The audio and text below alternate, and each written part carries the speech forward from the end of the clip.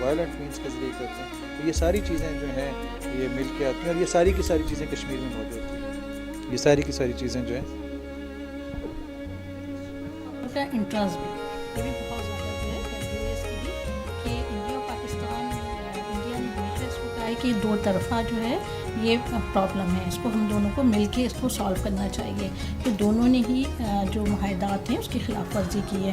اگر کوئی انٹرنیشنل یہ سپر پاور جو ہے اس میں شامل ہو جائے, اپنا انٹرسٹ شو کرے, تو اس کو انٹرنیشنلی پرابلم مانا جائے اور اس کو اس طرح سے اس کو سالو کیا جائے, تو میرے خیال سے یہ زیادہ جو ہے وہ بہتر رہے گا. نتائج جو ہے ہمارے پاس اچھے جو ہے وہ سامنے آئیں گے.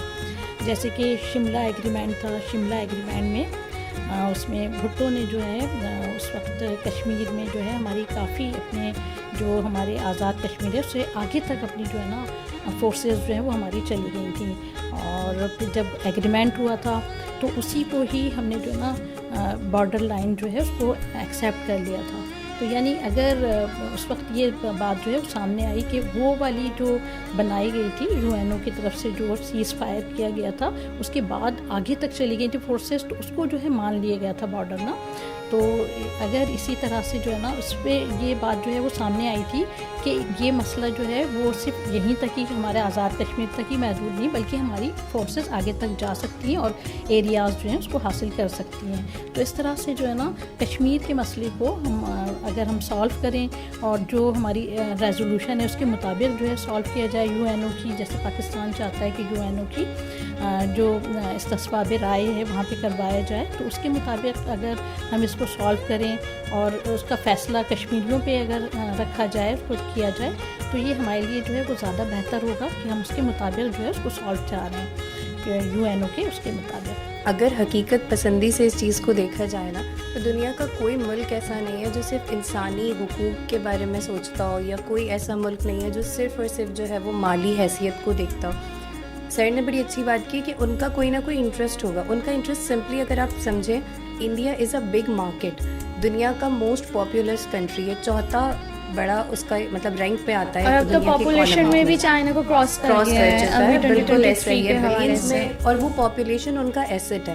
ایک اتنی بڑی مارکیٹ ہے, کبھی بھی comparatively to the other states کوئی بھی جو, اب آپ یونائٹڈ اسٹیٹس آف امریکہ کی ایگزامپل لے لیں, وہ ہیں, یا ویسٹرن یورپین کنٹریز ہیں, ان کے ساتھ سارے اکنامک انٹرسٹ ٹائڈ ہیں, تو وہ ڈیفینیٹلی ان کی پولیٹیکل کاز کو کہیں نہ کہیں کسی نہ کسی طرح سے پروٹیکٹ کرنے کی کوشش کریں گے. آپ UNSC کا اسٹرکچر دیکھ لیں, اتنا ریئلسٹک ہے. وہاں آپ کے پاس یونائٹڈ اسٹیٹس آف امریکہ ہے, چائنا ہے, رشیا ہے, اینڈ دین برٹن اور فرانس. 3 وہاں پر ایسے ہیں جو کہ اگر کلیئرٹی سے دیکھا جائے تو وہ آبویسلی انڈیا کے زیادہ کلوز ہیں, فیور میں.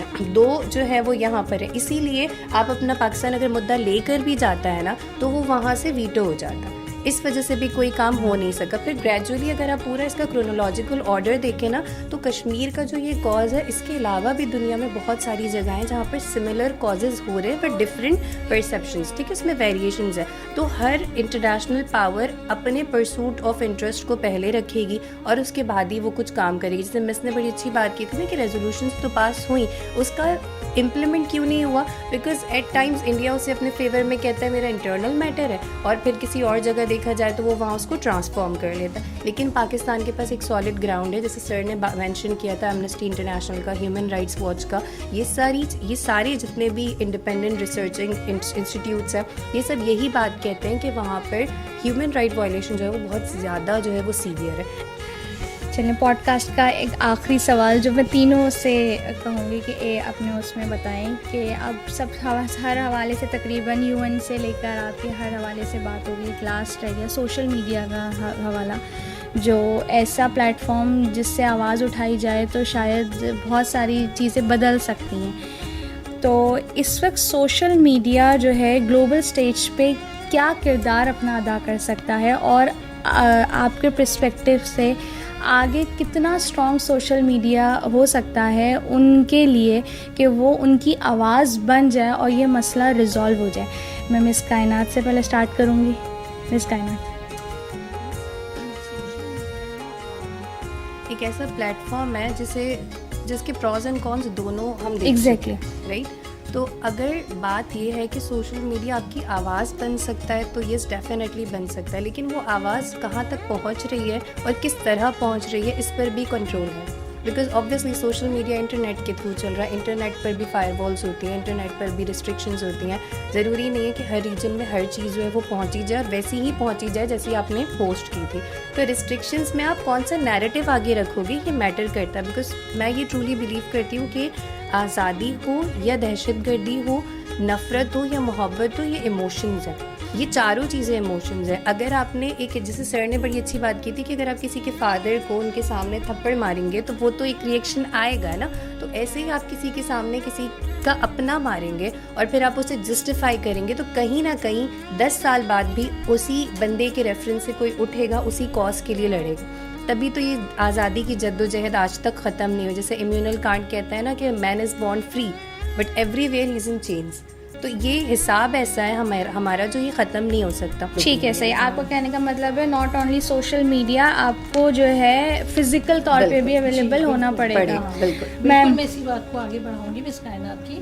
صرف سوشل میڈیا پہ ہی نہیں بلکہ ہر فورم پہ ہمیں اس کے لیے جو ہے ورک کرنا ہے اپنے لیے، اور ہمیں دیکھنا ہے کہ کہاں کہاں ہم اس کے لیے جو ہے ورک کر سکتے ہیں. اگر ہم پاکستان کی اگر ٹوٹل جو ہے وہ اگر ہم آبادی کا اگر ہم دیکھیں تو زیادہ تر ہمارا جو ہے وہ یوتھ پر جو ہے وہ مشتمل ہے. 67% جو ہے وہ ہماری یوتھ ہیں، اور یوتھ جو ہے کسی بھی اگر اس میں شامل ہو جاتے ہیں ایکٹیویٹیز میں یا کسی بھی پولیٹیکل ایکٹیویٹیز میں، کسی موومنٹ میں، تو وہ موومنٹ جو ہے وہ ضرور کامیاب ہوتی ہے. تو ہمیں چاہیے کہ ہم یوتھ کو اس کے ساتھ جو ہے موٹیویٹ کریں، اس کو شروع سے ہی ہم اس کو بتائیں، ہم اسکول لیول پہ بتائیں، کالج یونیورسٹی لیول پہ جو ہے ہم اس میں کچھ نہ کچھ جو ہے فورم بنائیں اور اس پہ جو ہے نا ورک کروائیں. یا پھر یہ کہ ہم سفارتی جو ہمارے سفارت خانے ہیں ہم وہاں پہ اس پلیٹ فارم پہ جو ہے ہم ورک کریں، وہاں سے اپنا جو ہے نا پراسپیکٹیو جو ہے وہ ہم پیش کریں. تو یقیناً ہم جو ہیں وہ آگے بڑھ سکتے ہیں اور اس جو پرابلم ہے اس کو ہم سالو کروانے میں اہم رول جو ہے وہ پلے کر سکتے ہیں. سر آپ سے چاہوں گی آپ کا اس سوشل میڈیا کے حوالے سے کیا خیال ہے؟ میں پروفیشنل جی ایگزیکٹلی سر. لہٰذا یہ تو میرے گھر کی بات ہے تو اس میں میرے پاس کافی کچھ کریٹیکل وہ ہے. دیکھیے میں صرف سوشل میڈیا کی بات نہیں کروں گا، میں پورے میڈیا کی بات کروں. جی ایگزیکٹلی. ایک دور میں جب ہمارے پاس صرف پرنٹ میڈیا ہوتا تھا اور ہم اس وقت ابھی ان دنوں میں نے کیریئر کا آغاز کیا تھا اپنا 2001 کی بات ہے. تو اس وقت صرف چونکہ ایک اگرچہ ہمارا الیکٹرانک میڈیا تھا لیکن وہ سرکاری کنٹرول میں ایک ہی پی ٹی وی ہوا کرتا تھا. تو ہمیں یاد ہے کہ ہم اس وقت ہم کشمیر کی جدوجہد کو مجاہدین اور اسے گلوریفائی کیا کرتے تھے اور اس میں کچھ ہمارے جذبات بھی شامل ہوا کرتے تھے. اور سوشل میڈیا آنے سے کشمیریوں کو ایک وائس اپنی دنیا تک پہنچانے کا موقع ملا. دوسری طرف انڈیا نے کے لیے یہ بھی آسان ہو گیا کہ وہ نیٹ ورکس کو فوراً بند کر دیا. ہر اس وقت میں جب وہ کوئی بڑا آپریشن کرنے لگے اسے بند کر دے اور اس کے نتیجے میں سارے جو وہ ہیں ایویڈنسز ہیں انہیں دنیا تک پہنچانے کے لیے. یہ ایک ایسی دو دھاری تلوار تھی جو دونوں طرف کام کر رہی تھی. یعنی ایک طرف جہاں کشمیریوں کو اس سے فائدہ ہو رہا تھا وہیں بھارتی حکومت بھی اس سے جتنے فائدے اٹھا سکتی تھی وہ اٹھا رہی تھی. سوشل میڈیا کے توسط سے جو یہاں پہ چیزیں آتی ہیں اس سے ہم یقیناً اپنا نیریٹو بنا سکتے ہیں اسے. لیکن پھر انڈیا میں جو چیزیں جاتی ہیں جو انڈین گورنمنٹ تو وہ انڈیا والے جو ہیں اور انڈین یوتھ جو ہے وہ اس سے اپنا نیریٹو بلڈ کرتی ہے. مطلب سر سوشل میڈیا آگے جا کے ایک اچھا رول پلے کر سکتا ہے اگر ہم جو ہے اس کو پلیٹ فارم کو پراپر طریقے سے یوز کریں. ایک اور مثال بھی دینا چاہتا ہوں. یہاں ایک وہ یورپین ڈس انفارمیشن لیب ہے، اس میں کچھ عرصہ پہلے ایک رپورٹ جاری. اس رپورٹ میں بتایا گیا تھا کہ انڈیا کی تقریباً 760 ویب سائٹس کا ایک نیٹ ورک ہے جو 15 سال سے پاکستان کو بدنام کر رہا تھا. 15 ایئرس. تو وہ 15 سال اس سوشل میڈیا کو یوز کرتے ہوئے جو پاکستان کو بدنام کیا گیا اور بڑا اسٹریٹجک انداز میں اور بڑا کوآرڈینیٹڈ انداز میں. As we conclude on poetry written by Fahim Iqbal وانی. کوئی آواز اب اٹھائے کہ کشمیر جل رہا ہے، کوئی انصاف اب دلائے کہ کشمیر جل رہا ہے. ہر فرد ہے پریشان بے چین و دل شکستہ، کوئی مرہم انہیں لگائے کہ کشمیر جل رہا ہے. Thank you to all our esteemed guests.